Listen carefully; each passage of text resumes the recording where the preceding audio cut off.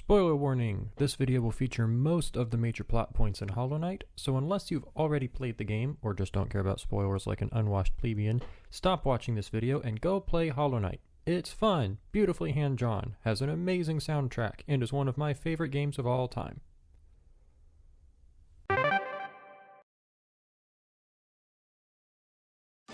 Hello everyone! Today I am very excited to debut my custom-built Hollow Knight Commander deck. Most of the cards are completely custom, meaning I designed the cards' text mechanics myself, but several of them are pre-existing official cards that I just reskinned and renamed. These cards will be noted as such as they appear on the screen. I estimate this deck to be somewhere between tiers 3 and 4. It's intended to be on level with stronger pre-constructed decks, but a fully optimized tier 4 deck would definitely flatten this every time. If you have no idea what I'm talking about with respect to tiers, don't ask wizards, because they don't really know either. For legal reasons, this is a joke. Alrighty, that's enough preamble. Let's dive straight into the deck.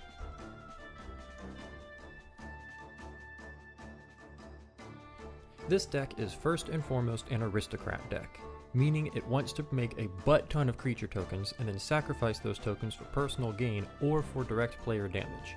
This is the primary way this deck intends to win. You can win by this ping damage, by the direct win condition the deck has, which we'll get to later, or you can always win by combat damage like an uncultured swine.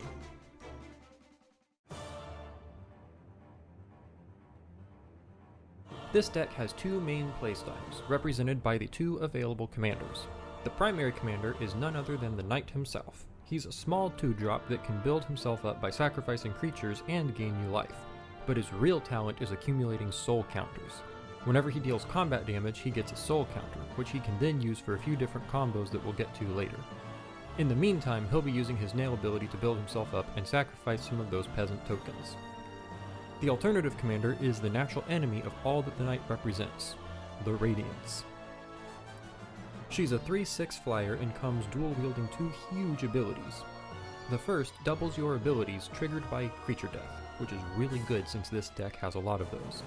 And the second fiddles with combat and acts as a pillow fort in a 2-player game, or forces your opponents to attack each other while you sit in the background stewing over the loss of your loyal followers, forcing your influence back into their dreams, corrupting their minds, and turning them into infested husks of what they used to be.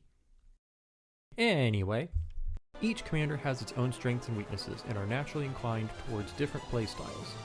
The Knight is cheap to drop and more combat and sacrifice combo focused, with added life gain, while the Radiance is a natural deterrent that also supercharges your deck's death triggers.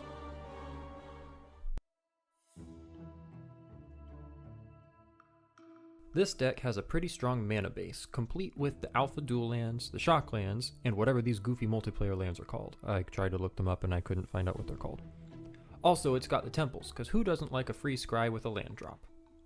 It also comes equipped with a Triome and a Filter land, just in case you need to fudge the colors just a wee bit. There is one unique land, and that would be the Hot Springs. It drops in untapped and offers a colorless mana, and it also will give you additional soul counter while gaining you 1 life. The remainder of the mana base is just filled out with basic lands. This deck has several handy cards for ramping, because who ever heard of a green deck that didn't ramp, am I right? You've got your traditional mana rocks, and you've also got your biggies for tutoring the big boy lands, but then you get into some fun territory. Relic Seeker Lem just chills in the corner and handing out card draw just for showing up, but he also lets you sack an artifact for some quick juice. Not too terribly sustainable, but it will definitely help in a pinch. Then there's Jolly Old Cornfur, who can pull a big land straight onto the battlefield, or he can pull a basic land for cheaper. Finally, Un proudly rides the caboose of the ramp train, giving you the option of pulling a forest onto the battlefield untapped, or creating 3 creature tokens. Her toughness scales with the number of forests you've got, so she has room to grow into a pretty beefy blocker. Hey, so remember this guy from earlier? Funny story, I didn't realize until after I recorded all the audio for this video that I accidentally left him out, so here he is unceremoniously stuck into the end of the ramp section. He gets progressively bigger and bigger and taps for more and more green mana as he does. Okay, back to the video. Now we arrive at the meat and potatoes of the deck. The 4 pillars of Token Society in this deck are Broken Vessel, Hive Knight, Umu, and Flukemarm. And before you all come from my head in the comments saying that Flukemarm should have been blue, I know and I agree, but this deck doesn't have blue in it, so I had to stuff this bag of flying piranha worms into the next closest color scheme. So sue me! But actually please don't, I can't afford a lawyer. These 4 horsemen of the swarm give you ready access to renewable tokens, so you can throw them at your opponent's faces and smother them with numbers. Or you can throw them into your meat grinder combos and knock out your opponents with a different kind of numbers. These creatures are joined by arguably not a creature. This nasty little charm lets you forego dealing non-combat damage and instead litters the board with lots of little grubs until the end of the turn. But if you play your cards right, that's a lot of creatures entering and dying, which will give you lots of happy little triggers which you can use to delete the opposition. Hive Knight, and the Watcher Knights create some tokens on entry, but the Watchers lead us into the other kind of token generation this deck has to offer, death tokens. First though, before we continue, just take a moment and admire this guy. Mechanically, I mean. Of all of the cards I invented for this deck, this is the one that I am most proud of. When everything is said and done, you get 6 creatures out of this card, just like the in-game boss. It makes me so happy. Watcher Knights is joined in this category by Mantis Lords, Massive Moss Charger, and Gruzmother, which all create tokens when they die. Very handy for finagling around board wipes. There's one more card that really kicks this category into high gear, and that would be the Collector. He doesn't double token generation since he's only adding one more token to what was generated, but the majority of tokens are created one at a time in this deck, so that drawback doesn't really hinder you too much. He also has some temporary removal, which is a two-edged sword. While it does help to remove a problematic creature, it does make him more of a target, so unless you can defend him well, he's likely not going to stay alive for long. Just keep that in mind. What kind of deck would have black in it and not pull from the graveyard? Definitely not this one. Zote and the Crystal Guardian pull themselves from the graveyard, and Leg Eater lets you recursively pull trashed artifacts back into the action. On the arcane side of spellcasting, there's nothing quite like the spirit of your past life, your regrets, Worm's identity crisis, and suddenly remembering that you were born to help breathe new life into things that just seem to have misplaced theirs. Worm's identity crisis also lets you sack a creature, letting you ping your opponents as you resurrect another bug to stick in their shoes. The Shade is handy for giving a creature a backdoor out of trouble, although it does come back only as a 2/2, but almost always that will be worth it. And finally there's Infected Reanimation, which lets you pull a creature from any graveyard. Super handy if your opponents have anything useful that just so happens to die. Speaking of squirming out of danger, this deck comes equipped with a few ways to protect you or your loved ones from harm. Shade Cloak is a solid piece of defense equipment, making your big creatures unblockable and untouchable by most spells and abilities. Nail Parry is good for avoiding gut punches and punishing those poor fools who thought they could best you in combat. Arcane Seal gives you some flexibility on what it can mitigate, making it versatile and useful to keep in your back pocket. On the more sentient side of things, Mado offers his services to strong arm more rabble than your average hired guard could, and he's willing to teach your other creatures to do the same. The longer he stays alive, the better your defenses become. This deck offers ways to avoid punches, but what about throwing them right back out?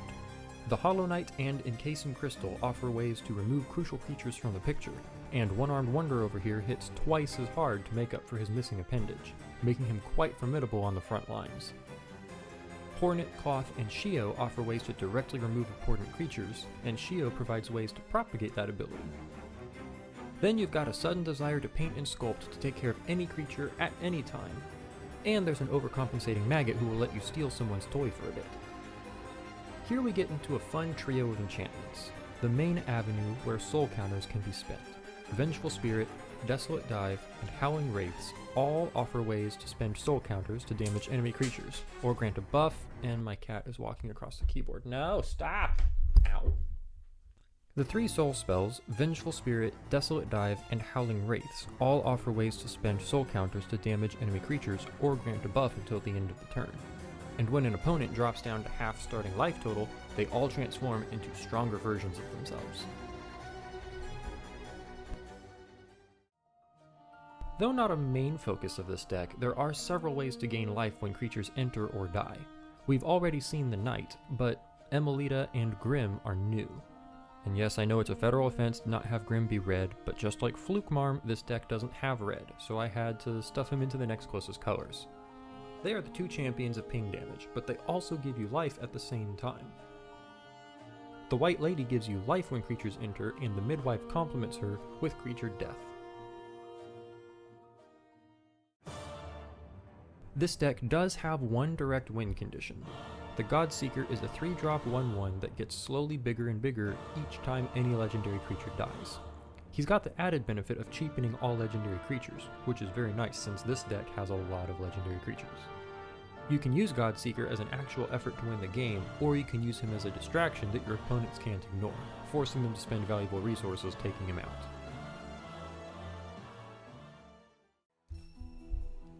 This deck doesn't have a whole lot of ways to draw cards, and in fact only has 2. Lem we've already taken a look at and we know how he rolls, but allow me to introduce you to Mr. Mushroom. He's a cheap defender who draws you a card on entry, but he is by no means loyal to you. If you put him between yourself and a bullet, he gets salty and slinks away, drawing a card for somebody else as well.